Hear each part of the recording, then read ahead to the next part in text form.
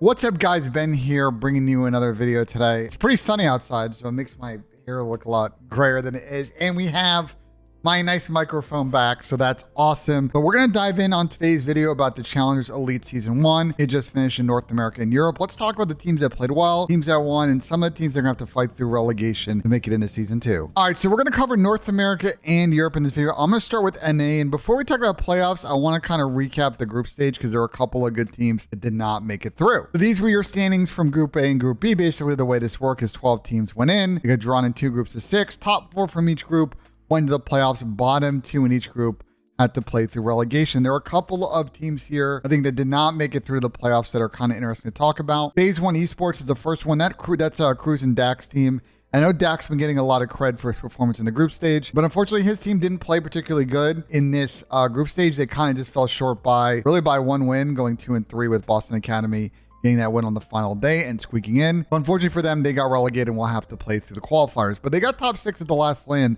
So let's see how they do at Boston if those guys are attending. Convoy Gaming is another interesting one. That's Phantom Yee's and Classics team, and unfortunately they didn't play good in this group stage either. A lot of players who are usually pretty good, you know, in Challengers. Obviously Nick Classic won Challengers champs last year. I believe they're attending Boston, so let's see what this team does at the land, but they didn't have a great showing a couple weeks ago in the group stage. And so here's how the playoffs played out over the last week and a half, 2 weeks or so. I think a couple of teams I want to talk about. Obviously ROKKR Academy ended up winning the whole thing last night, taking that in map 6. And I really got to tip ROKKR Academy as well as Boston. We'll get to them in a second. They didn't have the best of starts in the first week of this tournament. They played really well, really good since then.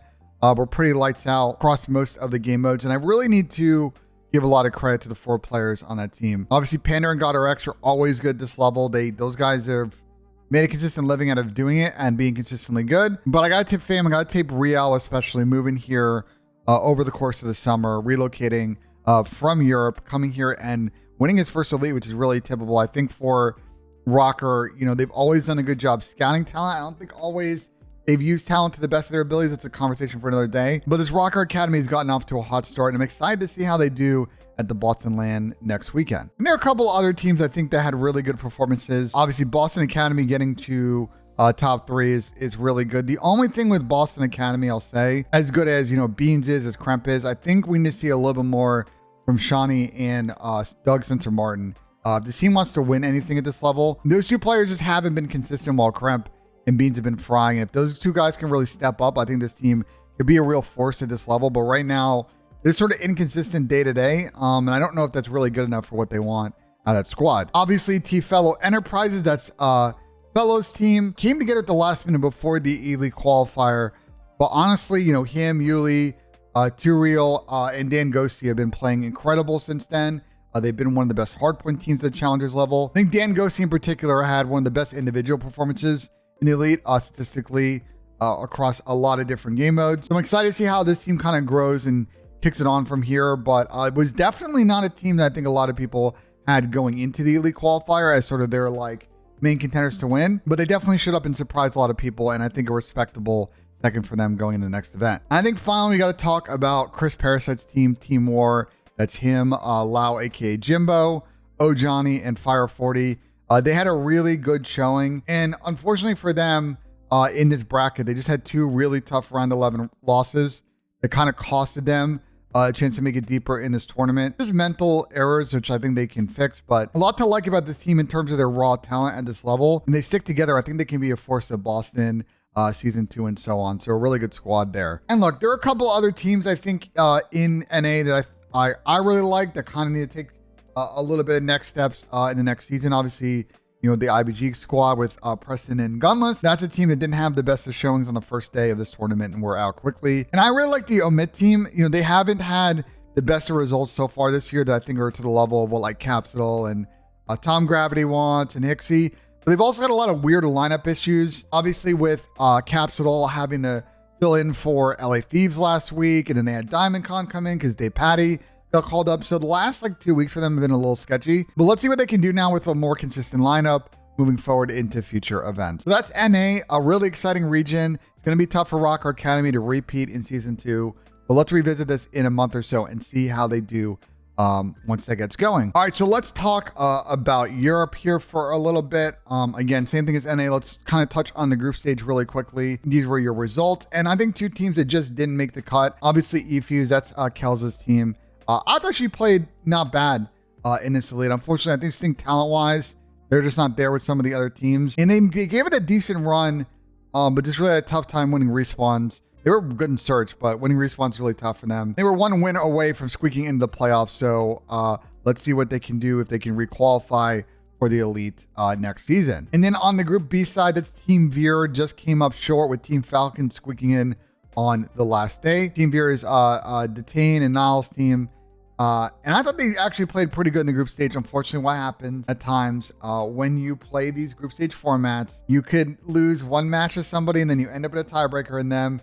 In this case, Team Veer lost to Team Falcons, and that ends up screwing you if you both go 2 and 3. So they were on the wrong side of that, and let's see what they can do requalifying for Season 2. So here is the bracket and the results from EU, and I would say more so the NA. I think EU's a little bit more top-heavy, but there are a lot of really interesting teams kind of in the next tier that I would love to see take sort of the next step in contention. I think Team Falcons is one that a lot of people have their eyes on, and that's sort of the mixed Middle Eastern team that Luti's coaching. You all might know King Abadi. He's famous for the 1v1s that he's won over the years against some top pro players. They had a pretty good showing in the elite. They squeaked into the bracket on the last day and got last place. They got top 8, but was a good showing for them overall. They almost beat Awaba Bobs. They took them to last map, but came up short there. So I'm excited to see what kind of next steps that team can take. But I think when we really talk about this region, there's basically 3 teams that I think we're head and shoulders above everybody else. Obviously, Elevate went ahead and won this tournament in pretty dominating fashion on the last 2 days. They 3-0'd Originals, and then they played them again on the next day and absolutely beat them again. So 7-1 map count against them across 2 days is extremely typical this week. For Denza, Journey, Lucky, and Vortex, a combination of those players obviously finished second at Raleigh, and now I think they're head and shoulders probably a little bit better than the Originals, and we'll get to them in a second, but really good across all game modes. I've been a big fan of Journey for a minute. Juan, someone that I got to know when he was over here because he sort of hung out with our friend group. And, he's been playing with, since going back after the Modern Warfare 2019 year, he's been playing with a lot of Spanish players and they always got labeled as sort of onliners. But I'm glad to see that he's with a really good squad, and I'm hoping they pull up to Boston and do well. Would love to see a European team take one of these lands, and I think they're well suited to go deep in this tournament. They look really, really good. They have a pretty deep map pool from what I've seen. So, and then we got to talk about Originals, who I think are really good, and that's half of the original Elevate team from earlier in the season. This is Harry and Gizmo's team with Furious and F-Dot, and they're an interesting squad to watch throughout the season. Obviously, there's a lot of rumors linking Harry and Gizmo to the London organization, which they were on last season at Parts. F-Dot is sort of someone that just turned 18, and I think Fierce has been around for a second. And again, they're a good team, but Elevate seem to have their number this week. I think those two teams, if they stick together, might be battling all season in this region. And I think the final team I want to talk about is Awaba Bobs, who came up just short game 5 against Originals. This is the mixed French-Belgian squad. I think probably the player who gets talked about most on this team is Abuza, and I think that kid's disgusting. I think statistically the best player in terms of all regions and Challengers Elite. But, again, when we talk about EU and NA, I think NA is like a little bit deeper talent-wise, and EU is a little bit more top-heavy. But I don't want to take away from Abuza's performance, in this tournament. I thought he was pretty good, and I would love to see a team long-term take a chance on the kid, get him a visa, get him over here and see what he can do against NA talent. Again, Wabobs is good. I watch them play sometimes, and I think they make a lot of sometimes some mental mistakes that I think some of the other teams are a little bit more disciplined in. But they always have a chance in this region. They were really good and have been good across a bunch of different cups and tournaments this year. And along with Elevate Originals, they ran out, I think, really clear top 3 in this region. Yeah, that's it for Europe. You've got the locked in 8 teams. We'll see if some of the teams like eFuse can qualify again for season 2, or let's see if there's any roster changes in this region. I'd also love to see which one of these teams are going to travel to Boston. Like, I haven't seen a list yet of all the teams traveling to the event, so if someone has that, let me know, because I would love to see from other regions, like if Falcons is going, for example, to the tournament. So, yeah, that's it. Really interesting stage of Challengers Elite. I gotta say, for me, because I've been watch partying it like every day, and it's really cool to see the support like really throughout the start of the tournament. People like Scum starting to really tune in. Jotsy's starting to tune in. Zinni, Tommy. I think a lot of people in the community love watching this competition during the weekdays. And I, kind of respect the decision from the Call of Duty League to kind of do this on Wednesdays and Thursdays, make sure it's not running up against the CDL. I think the only tweak I might make to Challengers Elite long term, right now when Challengers Elite is running, these teams can't play in the Challengers Cups that are on the weekend. And I understand kind of the original philosophy there, right? You don't want them to double up on points and then they're going to get far ahead of other teams in terms of champs qualification down at the end of the year. But I think allowing them to play for the money and no points, I think a lot of teams will take up that offer and take the practice anyway. That's one tweak I'd like to see this year. And I may ask a couple of questions of folks on the CDL side and check their thoughts on that, because I think it would be a really cool tweak to the current eligibility rules. Yeah, that's it. Let me know in the comments what you thought of this video. Like, if you enjoyed it, subscribe for more.